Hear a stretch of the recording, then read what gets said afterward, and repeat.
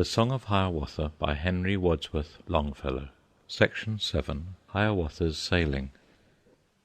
Give me of your bark, O birch tree, of your yellow bark, O birch tree, growing by the rushing river, tall and stately in the valley. I a light canoe will build me, build a swift chemaun for sailing, that shall float upon the river like a yellow leaf in autumn, like a yellow water lily. Lay aside your cloak, O birch tree, lay aside your white skin wrapper, for the summer-time is coming, and the sun is warm in heaven, and you need no white skin wrapper. Thus aloud cried Hiawatha in the solitary forest, by the rushing Taquamenaw, where the birds were singing gaily, in the moon of leaves were singing, and the sun from sleep awaking started up and said, "Behold me, Gheezis, the great sun, behold me!" And the tree with all its branches rustled in the breeze of morning, saying with a sigh of patience, "Take my cloak, O Hiawatha!" With his knife the tree he girdled, just beneath its lowest branches, just above the roots he cut it, till the sap came oozing outward. Down the trunk from top to bottom sheer he cleft the bark asunder. With a wooden wedge he raised it, stripped it from the trunk unbroken. Give me of your boughs, O cedar, of your strong and pliant branches, my canoe to make more steady, make more strong and firm beneath me. Through the summit of the cedar went a sound, a cry of horror, went a murmur of resistance, but it whispered, bending downwards, "Take my boughs, O Hiawatha!" Down he hewed the boughs of cedar, shaped them straightway to a framework, like two bows he formed and shaped them, like two bended bows together. Give me of your roots, O tamarack, of your fibrous roots, O larch tree, my canoe to bind together, so to bind the ends together that the water may not enter, that the river may not wet me. And the larch with all its fibres shivered in the air of morning, touched his forehead with its tassels, said with one long sigh of sorrow, "Take them all, O Hiawatha!" From the earth he tore the fibres, tore the tough roots of the larch tree, closely sewed the bark together, bound it closely to the framework.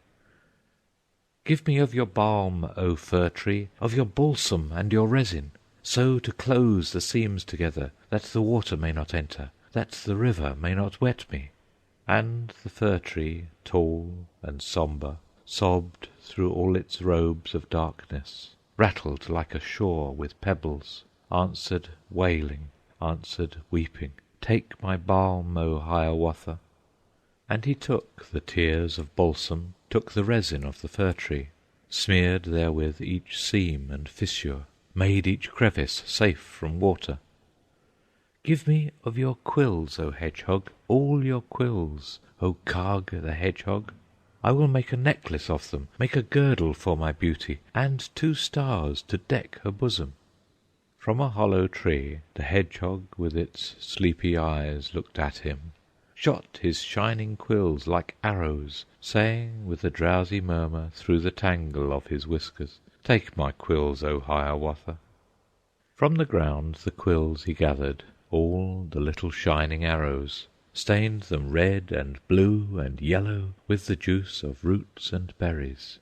Into his canoe he wrought them, round its waist a shining girdle, round its bows a gleaming necklace, on its breast 2 stars resplendent.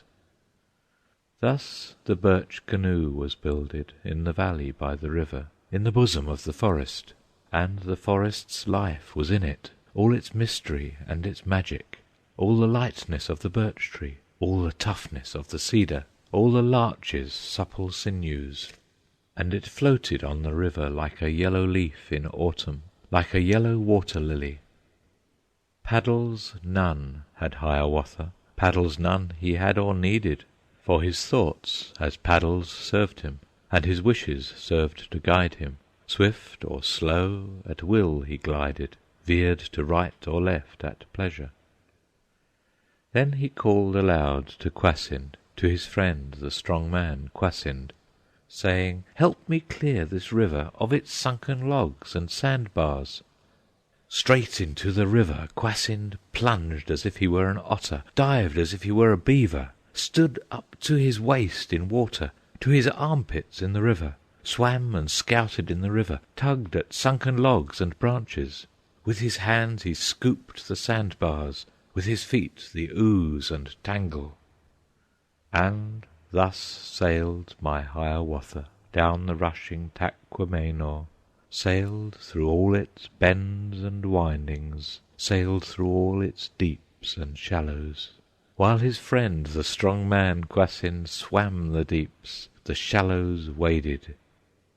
Up and down the river went they, in and out among its islands, cleared its bed of root and sandbar, dragged the dead trees from its channel, made its passage safe and certain, made a pathway for the people from its springs among the mountains to the waters of Pauwating, to the bay of Taquamenaw.